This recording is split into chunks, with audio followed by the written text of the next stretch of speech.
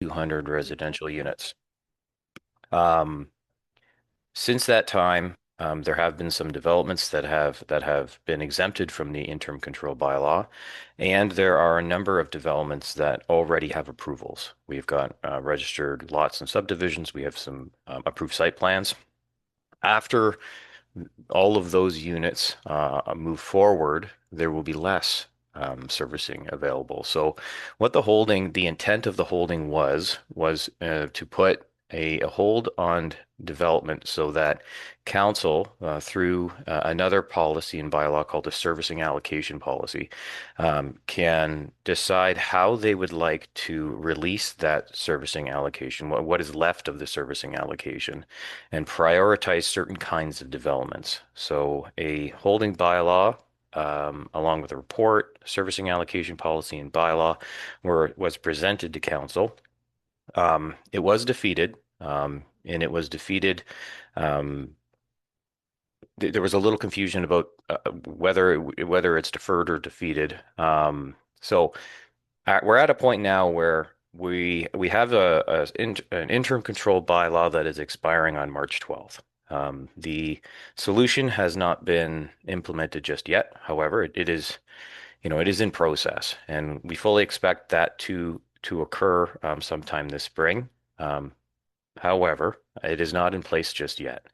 So at this point, our options are to either extend the ICBL or come back with a holding bylaw. So with that information, I can turn it back over to Tony. Okay, great. Thanks, Matt. At this point, is there any questions so far from anyone regarding the information about what got us here? And also to any questions regarding that holding that Matt described? Is there any questions so far, or just keep going? Yeah, Um, sorry. This is Nitin this side, an architecture. I just had a quick question. Like, what happens to the applications that were initiated by the city prior to this bylaw coming in effect? What happens to them? Um, just I'm assuming you're referring to applications that maybe have already received approval or that are just in process. In process, but they were initiated prior to this bylaw? Yeah. So what would happen, just like in the interim control bylaw, they will remain in a holding pattern until either the interim control bylaw is lifted or until they've received or in the case of if council were to choose to use a servicing allocation policy and holding, if they were to choose that route, they would have to be granted servicing allocation if it's not already approved. And then if it was granted servicing allocation, then the next step would be it would go through the approval process of having the H lifted. That's how it was proposed at the time. So what's the criteria? The council decides the criteria, who to allocate the servicing and who not to, or is it like first come, first serve? It's an older application. They like how does? Yeah, no, that's a good question. There were some um, like prioritizing policies laid out in the servicing allocation policy. The way it worked was a development needed to score a certain number of points in order to receive allocation. It would work on an annual basis. It was all draft. All of that to say, today there is not a holding in place. There is not a servicing allocation policy that has been approved. Today, what we have is an interim control bylaw in place. So the way the interim control bylaw works, it just restricts all forms of development, all forms of planning applications, unless there is a provision or clause in this interim control bylaw that allows council to waive or exempt certain projects, and it is at their discretion. So at this time, there is not a lot of mm, process or really anything else built into that. If we were to proceed with extending the interim control bylaw, it's likely planning staff would come forward with, um, either either some version of a process for the exemptions or just take the exemptions completely out. Like the whole purpose of an interim control bylaw is really just to prevent any additional constraint on the system. The system, as the engineer has stated, is under extreme duress. It's at 100 to 300% operating capacity some days. Um, these measures were put in place for safety reasons for the people who live here and for the municipality. Okay.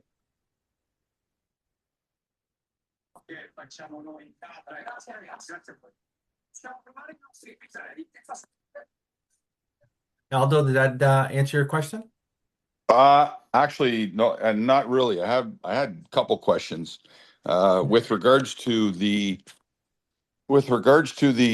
Matt made a point where he, for some reason, you guys don't realize if you deferred or you defeated. So where are we? Are we deferred or are we defeated here on the holding? Yeah, let me maybe jump in on that question there. So we're not planning on bringing the holding back. What we're proposing is for the February 25th, not next week, the following council meeting, is that we're going to bring back the interim control bylaw for because it is going to be expiring. So we can't let it expire. So we are planning on bringing it back for council's consideration to extend the ICBL for 1 year, and we only have 1 year. It cannot be extended past that 1 year. So that was what we're going to do. Okay, so this affects any new development in the area. I take it. Anything new coming into the area or being proposed, this would affect those lots or those subdivisions. Now, what about the infill lots? What about if there's a piece in the infill lots? Has that already been allocated in based on the old thing? So if a lot was there, it was already allocated over the years that it was there? Or is that being used as a new development also?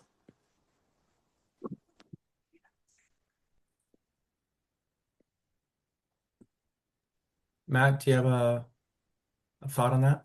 I can just speak to what the interim control bylaw does. It prevents all forms of development, unless today's current ICBL does have an exemption clause in it. Um, I, if we were the planners writing the ICBL today, I probably wouldn't. I wouldn't include something like that. Like there's, certain exemptions that make sense, things that don't add any kind of capacity um, to the system, like a garage or, a deck, any of these kinds of things. But if it's something that adds wastewater, capacity to that system. At this point, those kinds of developments would be put on hold. That's what the current ICBL does, and then right now, council has the ability to have exemptions to that. So in Yeah, that, and yeah, sorry, Aldo, that's what we did. Yeah, that's what we did. We had some council has that ability okay. to make those exemptions. However, we do consult with the engineer regarding what those applications are, and then we will then provide those comments in a report to council for their consideration. And if they feel that they would like to make that exemption, then they would pass it, and then the exemption is granted. So and just to confirm that that power stays within council. It's not going to go outside to the county. It's not going to go anywhere else to the engineer. It's going to remain with with the municipality to make that decision, correct? Correct. Yeah, you are correct. It's going to be it's always been with municipal council, that Okay, authority. So okay. they still have that authority. So we want to be able to advise them as these things come forward, and if council decides to extend the interim control bylaw, then as these things come forward, we would then do our due diligence saying, okay, here's what we feedback from the engineers regarding what this would affect our current capacity. Now, again, the good news is we're working in parallel, and that's a very important piece that when you're looking at risk, if nothing was happening and we just council keeps approving these exceptions exemptions, then we're just adding more pressure on the existing system. But because there is going to be a point where we are going to get some short-term relief, which is good. It gives council some information. So what we're hoping to do as well, and I know Sandy's got his hand up, and I'll get to you, Sandy, one sec. We are hoping to, once the upgrades are done, we're going to be asking the consultants to come back and provide us what does the capacity numbers look like after the upgrades are done. So we'll be providing that to council. And then at that point, as we move throughout the year, and again, just to mention that we do have one more year if council approves the interim control bylaw. So that's going to be something that council will be aware of. And then as we start getting more information about our capacity, if council decides that they want to have a mechanism in place, as Matt mentioned, regarding the holding and the service allocation, then that could be brought back to council for their reconsideration, and then they will be able to make a vote. And I guess the whole issue of that is just to make sure that there's an orderly fashion of how that service allocation is going to be put forward. And that's fine. So that hence brings me another question there. Why are, like Matt mentioned that you're gonna do the upgrades and you're gonna have still capacity issue. Why are we just using a Band-Aid system and use to this, what you've just said, you don't even know what your capacity is gonna be after the upgrade's done. Yeah. Basically, So- why is it just a Band-Aid right now? Why are you not looking to, service in the future so a developer could come in and do another 200 lots or 300 lots and not have this issue where every year you're going back to interim control bylaws? Correct. That's a good question. And I can tell you from what my thoughts are and my plan is that we're currently doing an assessment of our current pump stations as well. We want to see what the other pump stations, the conditions that they are, to determine, what that's going to mean. And so that report is coming to council. I am planning on bringing it forward. So we had to do a kind of a short term, and the short term is probably like a 1 or 2 year kind of solution to get us through this initial issue. But my long-term plan is I have to start planning 20, 30, 40 years out. And Right. so once I determine what the condition of my current infrastructure is, and then from there, that will be brought to council. And then from there, I would be looking at, right now there is a second intake on that grant that we did receive. So I want to jump on that grant application because as you realize, these are big ticket dollar items for a municipality to handle, and without provincial assistance, it's very difficult. So we do have a second intake that's coming. So once we provide an assessment of what the rest of the pumping stations are, and that's coming in the very near future, the next, I would probably say next month or so, then we're going to be able to, if council, directs us to, which I think they will, that we're going to be applying for grant dollars to look at a longer term solution. So again, we're trying to address today, but also too, we know that I want to get a better picture of what the rest of the existing infrastructure looks like. And perfect. So I just want clarity here. So you guys do an upgrade to a plant, which you said you don't know at the end what you're going to get out of it. But how did you ever do the assessment that told you that you didn't have enough capacity? I mean, you must have found out that, we're short 200 units or 100 units, or it's not large enough. I mean, is there not was there not an assessment done based on, hey, you have this much capacity left, and if you want to upgrade it, this will bring you to this capacity? Like, do we not have any of those numbers? Yeah, I think that I'm, would and I'm be. speaking from a development point of view, as a developer to walk into a town and say, okay, they have this much capacity, we can do this. But it looks like we don't even know where that is. It's just being band-aided over year after year until you get to the point where apparently you're getting these other studies in, which I think should have been done prior to, no? Yeah, I can't speak to what was done in the past. Again, I can only go by. At some point, there was an assessment that was done, and it was identified. And I would have said that probably would have been end of 2024 and early 2025, because in March of 2025, that's when the interim control bylaw came in place because of the capacity issues. So what we're doing now is saying, okay, there is an issue. let's start putting a solution in place, and that's where we've seen that we're doing the upgrades. The upgrades are probably going to be, a couple of year relief, depending on, what we get back after the upgrades are done. But I haven't left taken my eye off the ball on making sure that the rest of the system that we have to also examine. Just So so, just so really quick, in layman's terms, are we going to be able to know how many units you guys are going to allow or is going to be allocated with the upgrade? my intention once the upgrades are done, and I've already mentioned to the engineers several times, we want to get that number after the upgrades are done. I want to So know what then, that number is. so Once I once that number's done, the interim bylaw will stay in place or the interim bylaw will be removed, knowing well that you have this many units allowable in the community. Is that the way it's going to go, or are you still going to have maybe, interim yeah, bylaw in place? maybe I'll let Matt speak to that, but I'll just kind of mention because right now I think we're over capacity. So whatever additional that we're going to get, I think we're already using some of it. Okay. I believe.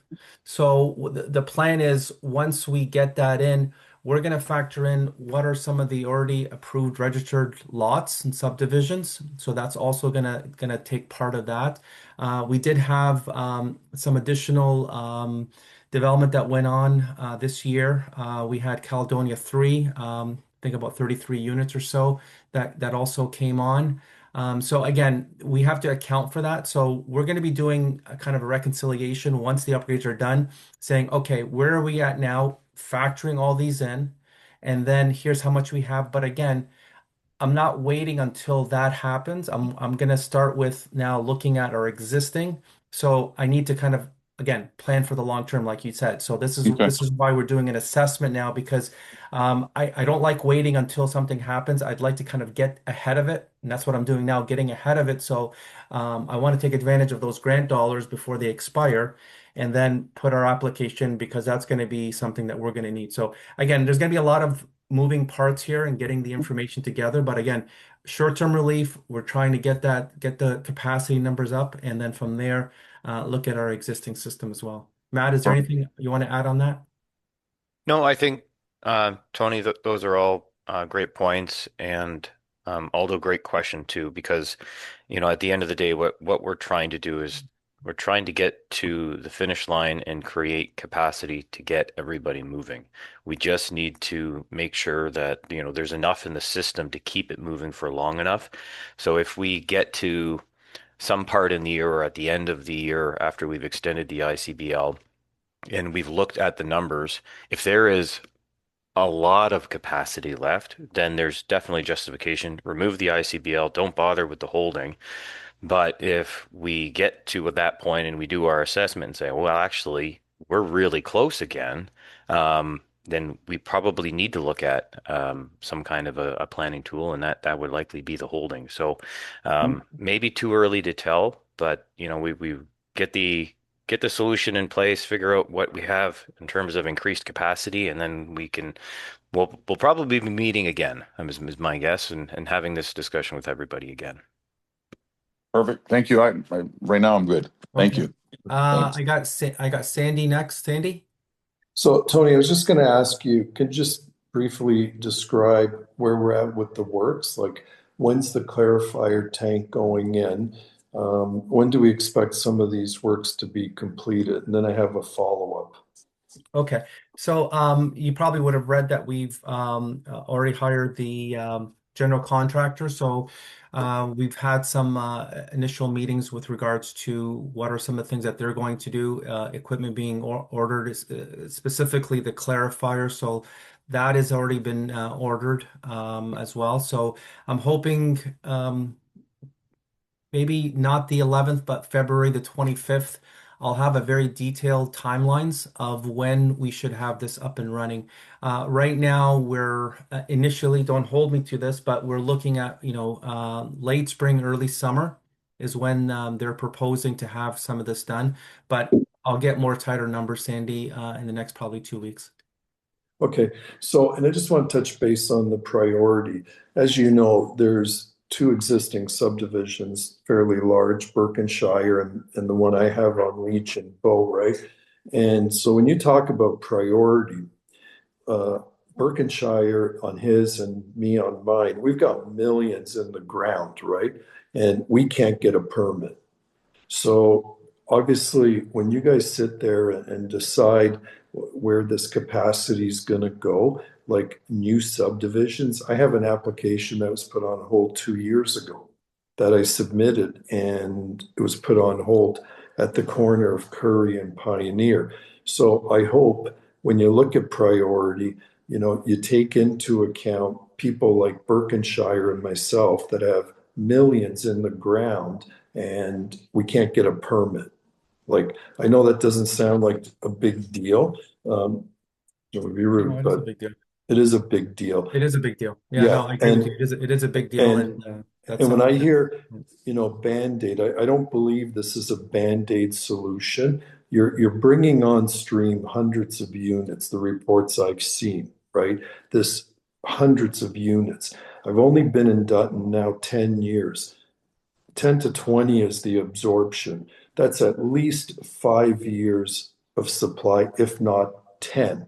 And that's assuming it's at the low end of what the engineers are projecting. So my issue becomes really complicating this. And you've got work going on. You're saying the spring, and I'm saying to myself, well, why can't you issue some permits? Like 10. By the ground's frozen. Nobody's going to start digging now till March or April. And no one's going to move into a house or anything until at the earliest September, October. And I thought you guys had some document that you signed that you can't get an occupancy permit until the chief building officer signs off that these works have been done. And all I'm hearing right now is hold, complicated. And I've been through this. Every time I ask for some release, it's nobody knows how to do it, the form. It's just so complicated. Yeah. So I don't think this is a good solution to just say, okay, we'll put everything on hold and we'll revisit it in the future. And or maybe you can go to council when you have existing approved subdivisions that have been on hold now for 6 to 12 to 18 months. I don't think that's a fair solution. And my last point, I'd like you, Tony, you probably ask the engineer. What I've heard from other municipalities, Matt said, oh, sometimes the plant runs at 100 to 300%. I've heard that from other municipalities that during severe weather events, they do, and they're designed to run into the 300%. So I would hate people to throw that out there to scare decision makers when in actual fact, it's the way the plants are designed. Right. That during severe weather events, the plants can run up to 300%. That's why they're designed for overflow. So I'd like to hear from your engineers. Well, is that the industry norm? Like this plant's not running at 300% every day. It's only during severe weather events. And even then, I believe it's 150. But again, I've heard municipalities say that they can hit 300. So Yeah. throwing that out there to decision maker makes them think, oh, I better say no, put a hold on all of this. And I don't think that's fair. That's not transparent. Yeah. So let me kind of back up a little bit and talk to a couple of things I had mentioned regarding things are on hold. I know when I first started here, Sandy, we chatted and there's been some exemptions provided that we did go to council and we did get some exemptions and I did get feedback from the engineers regarding some of these permits. So what I call these conditional permits, and in my mind is, to work in parallel with the builders. So this way, because we know the temporary solution is coming. So why not work with the local builders? Because you're right. It's going to take probably 6 months before you start be able to connect with our wastewater. So this way, those conditional permits, Andy, is really kind of meant to get the solution. Then this way, when we do have it, you're able to connect and to get occupancy. So it was more of a timing issue. And to me, it doesn't make any sense to allow you to start once the upgrades are done. why not start earlier, right? So and especially if it's something that's going to have a long lead time that's past the upgrades, it just makes sense to do it that way. So that was something council was kind of in favor of, and those exemptions that were provided have that ability. So right now, that's going to be what we're going to be discussing at our in 2 weeks, February 25th, the next council session on this particular issue of extending the interim control bylaw and then going forward. And maybe Matt can talk a little bit about the ones that have already been approved and how we're going to move forward with those particular applications. Because the comments made today, yes, these were approved lots and subdivisions, and we have to make sure that, there's an orderly fashion in my mind, that, getting some priority to these particular, because if somebody comes in tomorrow and wants to do something, I don't feel jumping the line is the right solution. I think there should be an orderly fashion to that, and we would be bringing them back to council each time for their consideration and then their exemption. Yeah, just so sorry, Tony. You just want me to speak a little bit about the draft servicing allocation policy and the holding and sort of Well, how it was proposed? no, I think because that's already gone now. So now, if once it gets extended, if somebody wants to bring back or look for a further exemption to the interim control bylaw, what does that look like? Similar to what we did for a few of those I properties. I think those are some details that we'll need to work out. Yeah, I'm not sure of those details just yet. Yeah. That sounds like a no, Matt. Here's my issue. My issue is an interim control bylaw is put in place to prevent development. And it's not something planners typically take lightly using because it's like the nuclear switch of the planning world, and it's not fun to use, and it's not fun for anyone when it's in place. Um, I've very rarely seen exemptions built into ICBLs. So I don't know if it would get much easier to get an exemption. If anything, I may like if I were to rewrite it, it may be something I look at proposing council to remove rather than make easier. That's why I just said there are things about this that we might be helpful to have a discussion about, because the council may have a different idea. So Tony, I agree with you. There should be an exemption for conditional permits so you can start earlier. But we're hearing from Matt that's a no-go, right? Like and again, I'm not sure, Matt, can you answer the question? I hear from reliable sources, interim control bylaws like this one don't apply to like a Berkshire or my subdivision because they're already approved. You From can't go back and reapply something to something you've approved. Probably because the province figured, geez, these guys spent millions of dollars. They have money in securities, and now we just put a hold on everything. Mhm. Would you? Ju- Sorry. And here's the deal. I'm okay with the hold bylaw.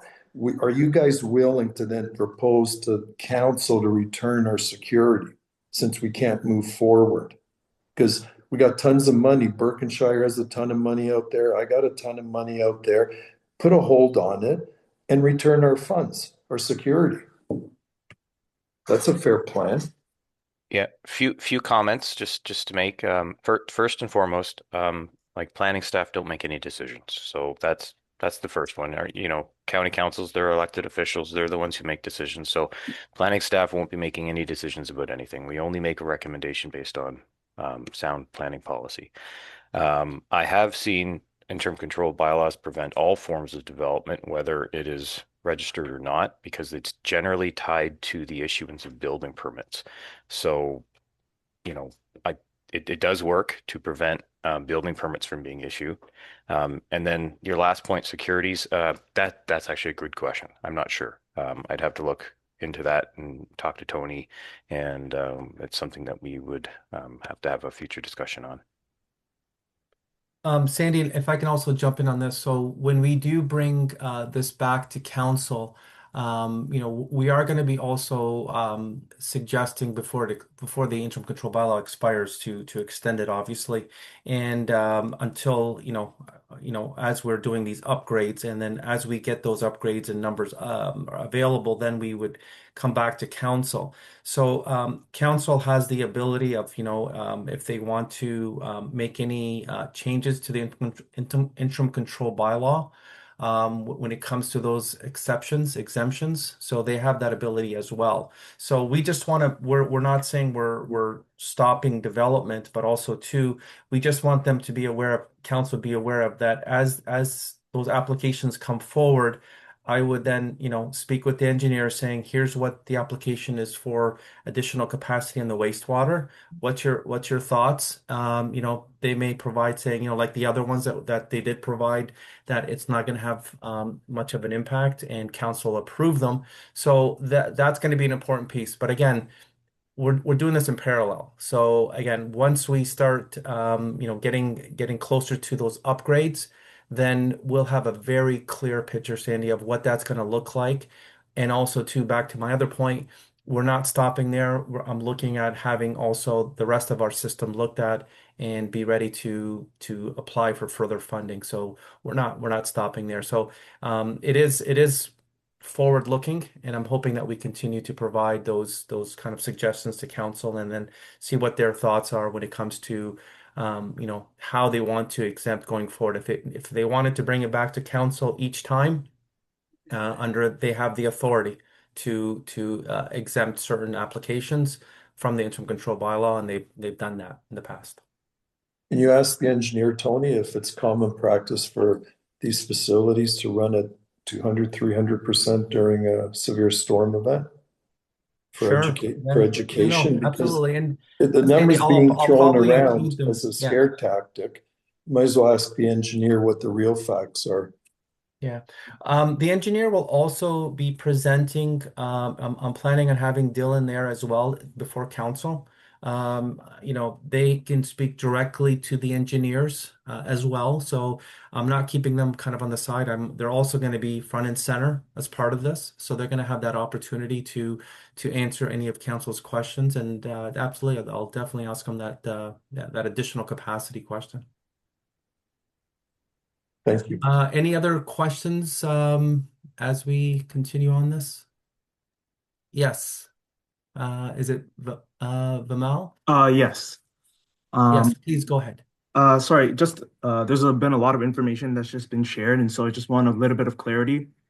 So it looks like the holding bylaw is being scrapped, and you're going to go to council asking for an extension on the existing interim bylaw, correct? Yeah, we are looking at February 25th to bring back the extension to the interim control bylaw. Okay, and can you explain to me a little bit about what is the plan in terms of extending it for another year? What are we hoping to achieve within that time?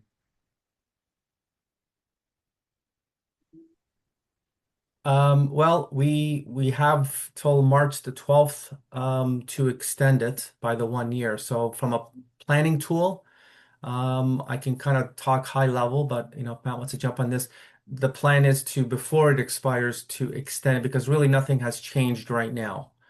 We don't have the upgrades in place. So to ensure the integrity of the interim control bylaw, our recommendation is to extend it for council's consideration. And if they do, then it allows us to continue, also knowing that upgrades are coming, right? So if we don't, and if council decides not to renew it for another year, extend it for another year, then there's a risk to the municipality that there is no controls in place for additional wastewater. So and Matt could talk about the sound planning practice of why we would recommend extending it. So the expectation is these upgrades are going to be made during this year? yeah, as I mentioned, I'll be providing a detailed timeline of when those upgrades are going to be completed. So end of spring, summertime is initially now what we're looking at. But in the next couple of weeks, I'll have a more accurate time frame. So it is coming. So, which is good news. I mean, the grant funding was, I'm not sure if you're on the call earlier, but we did get grant funding for this project. And those dollars are going toward those upgrades. So we are gonna have that upgrades completed this summer. So we'll have that ready, and then we'll be bringing back an updated capacity number to council to give them a better picture of what it looks like for council and for the community as well, to know here's what our new capacity number is. And also at the same time, they're also going to get information from me and the engineers of what our current system looks like, and if we are going to be applying for additional grant funding for the further upgrades to the wastewater plant. Is there a possibility that once after this 1 year extension that a holding bylaw can be proposed at the end of this 1 year? Maybe I'll let Matt jump in on that, but from what I understand, once the extension is renewed for 1 year, we cannot, correct me, we can bring it back in 3 years. So you have to wait, Matt. I'll let you So speak to that. yeah, sure. So after the extension, there is no renewing that ICBL. So no, you're right, Vimal. The next step would be if there still isn't a viable solution in place, or if the numbers show that we are still very close to hitting capacity, the next step would be to implement the holding. Stable for longer. They can stay. Aldo, you are unmuted. Okay. Aldo, do you mind, if you can just unmute for a second and we'll just finish with Vimal? So sorry. So from what it sounds like, it's already been so. For context, so we have already submitted a development application and are waiting for a permit prior to the interim control bylaw being put in place. And so we've waited a year, and it sounds like we were hoping for this to sort of be resolved or some sort of relief. It looks like the proposal now is going to be an additional year, and there is also a possibility that it can extend past this additional year with further holding. So it looks like since we've submitted our application, there's a possibility that for maybe 2 to 3 years, we won't be able to receive a permit. We're stuck in a holding phase. Is that correct? I don't think you're correct. Am I correct to say that, Matt? I don't think he's correct by saying that. That would be worst case scenario. But Right. what we're trying to work on best case scenario. Best case scenario is we have a solution that's been implemented late spring, and it opens up enough capacity for everyone to keep moving forward. Correct. But from what I'm understanding, it sounds like there's only a certain allocation that will be offered, and it will be given to on a priority basis. It won't be applied to everyone who's been approved for applications or is in the process of being approved. So there is a possibility that we may not receive priority in terms of the allocation. Am I right in my understanding? By you saying not receiving priority, we would bring the new allocation numbers to council. And this is kind of right now what my thought is and how we would bring this forward. So once they know what our new capacity numbers are, and again, I can't speculate until I know what that's going to be once the upgrades are done. Then we would then ask for some, we would provide either some recommendation of how we want to allocate some of that service, and if then council will then provide us direction on how they want to do that. So that's kind of the thought there. So they will be making a decision once we know what the capacity, and obviously the already registered and approved subdivisions that they've been kind of in the queue. We would bring all that information plus any new applications to council. So we would try to provide them with an approach. And if they want to accept that approach, then they would vote on it. If they want to amend that approach to have something different, then they would have that opportunity. So all that's coming. Right now, here's kind of what we're thinking is going to happen. And given some of the certainty that I can tell you is that upgrades are going to happen. Upgrades are going to happen regardless. We're going to have the upgrades. We are going to get a new number for our capacity, and that information is going to go to council. We're going to make some suggestions on, how to allocate those that additional capacity, and it could be something as we're saying today that, it's going to give us capacity for another, years going forward. But also, too, it doesn't take our eye off on what we're currently going to be also looking at is the entire system. What are the things that we need to focus on as well as a longer term, 30, 40, 50 years. So my one worry is that right now it's sounding like the upgrades that are being made to the plant are like someone had mentioned, sort of like a band-aid that it's not. I think someone had mentioned that moving forward for future developments, like a new treatment plant would be necessitated. So my worry is that developments that have already been approved or are currently in the process of proving whether there will be enough, whether these upgrades are put in place or not, whether there will be enough allocation for existing developmental projects or ones that are currently in the process of being developed. And it sounds like best case scenario, worst case scenario, it sounds like it's looking like a 2 to 3 year sort of hold. And so that's why we're just wondering what we can do on our end in terms of looking for some relief. We're just trying to get our permit and sort of move along in this process. And I'm just hoping that there's some consideration for people who have started this development process prior to the bylaw being put in place. Developments coming afterwards can plan ahead of this, but we're sort of stuck in a holding pattern. We've had to borrow heavily from private lenders, and we're paying heavy mortgage prices for land that we can't develop or move forward with. So we're sort of stuck in a holding pattern. Yeah. Vimal, which properties or development are you referring to? Just so I can note it. 199 Station Road. Pardon me? 199 Station Road. And is that a number of lots that you were looking at? Sorry, repeat that one more time. Is that a residential? Can you give me a little more information about this so I just get a kind of understand the scope of your development? Sure, 1 second. It's a commercial property. 1 second, it's a commercial property, not a residential property. You're looking for the address or?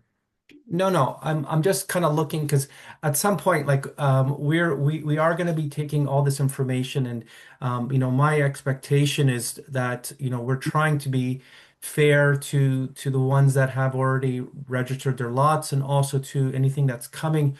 We want to also provide that mechanism for council's consideration, right? So again, whatever we're going to be putting forward is going to be transparent, that we're going to be very clear. And then, based on our professional advice to council, but ultimately, council can tweak whatever we suggest. If they find that, they want to put more emphasis on residential, then they do that. If they want to have more emphasis or some more emphasis on the commercial side, they can do that. So we're going to do our initial assessment of how we believe the servicing would be allocated, but then it's going to come back to council. So this just so I know, I don't want to get into the details. So this is just a commercial one commercial property that you're looking at developing. Yes. Okay. And you said that you've already put forward this application, Vimal? Yeah, the application has been put forward. It's just we're not able to get it approved because of the holding, and so we can make adjustments to the plan in order to, depending on what criteria exists in terms of the service allocation, we can make the necessary adjustments. We just want to get the permit and start moving forward. And based on the proposed plan of extending it another year and possibly a holding after that, we're just not seeing any relief. And we're sort of stuck in a situation where it's costing us heavily. Okay. I'm not sure if planning has any comments on this particular application. Like, no? I'd have to look more into it just to Okay. sort of So understand maybe its timing and everything. maybe Vimal, if you're able to send us some just information on that, so we'll circle back to you and we'll get some more information. So is there Vimal, any other questions before I think I got Sandy here next? I think that's everything. Thank you. Like, we'll pass on the information. We can talk about it further. Thank you. Perfect. Thank you. Okay. Sandy? You also, Tony, consider when you look at it, how you're going to do this, use it or lose it. Because if people queue up, like I've been there 10 years, absorption's 5 or 10 units a year. It's probably back to between 5 and 10. There was a bit of an uptick 3 years ago. But the worst thing you guys can do is allocate 100 units to someone and it just sits there, right? So there's got to be some form of use it or lose it, or because other developers like we did, we spent the money, we put the infrastructure in, and now we have finished roads and we can't build. Berkenshire's the same, millions spent and we're sitting there. Okay. So, use it or lose it. And there has to obviously be priority to subdivisions that are built. Subdivisions where drawings were submitted 2 years ago, engineered drawings, and they were put on hold and not reviewed because of this problem. And again, I don't agree that this is a Band-Aid solution. This is deferred maintenance. And the plant will likely have between 250 and 400 units. And that can be a 10-year supply easily. Because the town's not growing at 100 units a year. If it is, call me. I'll sell you all my land, whoever wants it. Because I've only been there 10 years building and developing. I haven't seen that. But if somebody thinks that this town's moving at 30, 50, 80 units a year, sure. In your dreams. Thanks, Sandy. Okay, good comments. Thanks for that. So, any further comments from anyone on the call today? Hi, sorry. Can you hear Go me? ahead, Aldo. Oh, yeah. So, and here again, I don't think any new development affects me right now, but just to speak on maybe Sandy's kind of query there. If he has a subdivision, which I'm familiar with, the subdivision is completely draft plan approved, ready to go, serviced, was there not a functional servicing agreement or functional servicing study done and put into place prior to any approvals? Hence, therefore, why is he not being issued permits? Because his allocation should have been allocated and should have been available, always available. And I don't know, Sandy, you can chime in, but I'm just kind of curious that, as a developer goes into a town, sinks millions of dollars in, does all the studies, including the servicing study, which the engineer, your engineer reviews, the town's engineer reviews, and actually approves. Aldo, have you been talking to my lawyer? Because that's what the lawyer says, and she's a planning lawyer, and she says this thing doesn't apply to existing subdivisions, like mine and like Berkshire, because it opens everyone up, and I don't want to say it, but to damages. You got millions into it. The town's holding our town holds our money with no interest, and then puts our projects on hold. And you might have to borrow the money to give to the town, right? This is why it's a little frustrating, right? Developers typically borrow the money to give to the town and pay 6 or 7% interest, and we can't go ahead. And my lawyer said they can't do that. It doesn't apply. Appreciate people. Everybody have a different perspective, and I don't want to talk legal. But Aldo, you have a point. But listen, we're beyond that, and I'm not saying anything, not threatening, just acknowledging your point, Aldo, that some people, lawyers, don't think that this applies to an approved subdivision like mine or Berkshire. And Sandy, that's what I was getting to. This can become problematic for the town in the sense that I mean, I've been developing for 42 years. I've never seen this. Your allocation is allocation. When you're signed off, you're signed off. It's your subdivision. You have that servicing capacity granted to you at that time. You're right, Aldo. So that's why I was trying to get to the point before is where are the numbers, to Tony, where are the numbers that shows how much capacity you have? Because I can tell you, Dylan should know that, hey, listen, you have 50 lots in stream. That 50 lot is already allocated. There's no way that Sandy or anyone else should be sitting in the sidelines with millions of dollars invested and not being able to get permits. That's unheard of. But Aldo, I'll say this, right? Since Tony came, Yep. it's a whole new ball Yep. game, right? And No, and he that's great. It's a breath of has fresh air. his Good. best I'm glad. to, Yep. to speed it up.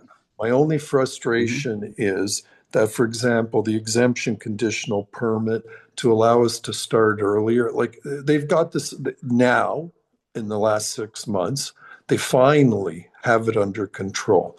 So personally, I want to look forward. I have the utmost confidence that Tony's got this under control. I'm not happy about talking about a 1 year hold, or that should be 6 months. Why not 6 months? Yep. Why are we going for a year? This nonsense. We're going to run out before we even finish. There's not going to run out. There's probably demand for 20 units there next year, 26. But I have the utmost confidence in Tony. He's gotten the work done. He's secured $5 million. And, I see positive things happening in the next 3 months. Am I not happy? Absolutely. Because I think we should, Birkenshire, myself, and any other approved subdivisions with roads should be getting 10, 20 units, which is nothing, right? Say, okay, you know what? Absolutely. These guys, by the time they start, we're going to exempt them. I spent $5 million on the corner, and I got the gears. Now Tony's helped get it resolved to build the commercial, which is going to generate tons of money for the town and jobs for the community. You have no idea how long I had to fight to get a permit there. But it's a new world. I believe it. It's a new world with Tony. And, I keep pushing that they release as part of the stuff they're doing. They've contracted it, Tony. It's happening in the spring. You guys should include some relief to existing subdivisions. We're not talking 300 units, 10, 20, 30, throw Birkenshire or something. Like, let me finish my commercial development on the corner. Now they are working on that, like, let me finish my 7 lots on Bull Place. We're not talking, I want 50 units, but Aldo. And here again, this doesn't affect me. I just chimed in, only listening as a fellow developer. It puts you and any developer in a precarious position. And It could absolutely, bankrupt you. why If you should didn't have a lot of money? This would yeah. bankrupt you, because your creditors would call the loan. Absolutely. And you go sell it. And you go sell it with no capacity. You know what you're going to get? Nothing. Close to nothing. But So, I guess Sandy, I can say one thank you. thing. Yeah, I Sorry, just, if 'cause I could just say one thing. I know we're getting close to 2 o'clock, and I just want to talk about, your maybe kind of summarize what we had discussed today. So, in our expectation is that we are looking at, and I don't like using the term Band-Aid. Band-Aid is really short, but it is currently what we're doing is we're identifying our first issue with the wastewater, and we're addressing it, and I believe that we're moving in a good direction. And also too, I'm not done yet. There are some other things that we're continuing to work on, like getting additional grant dollars for this. So we're not just kind of taking our eye off the ball. There's more work to examine, to investigate, and as we get more information, then it will kind of allow us to continue to apply for those dollars. So I'm not finished there. So I guess stay tuned. We got some good information here today. I really appreciate that. Before we kind of wrap up, is there anything that we haven't discussed that anybody would like to make any comments before we kind of conclude the call today? Okay. Having not heard anything else. Now, you did probably hear that we are this will be available to on our website. So we'll, if you ever want to go back and review this, and I do encourage you, please, if you do have any specific questions, call me, come into my office. As Sandy knows and anyone else knows that I'm accessible anytime. Just let me know when you want to come in. You want to have a one-on-one. If there's anything specific, I think we did get something with regards to 199 Station Road. We are going to be looking into that, as well.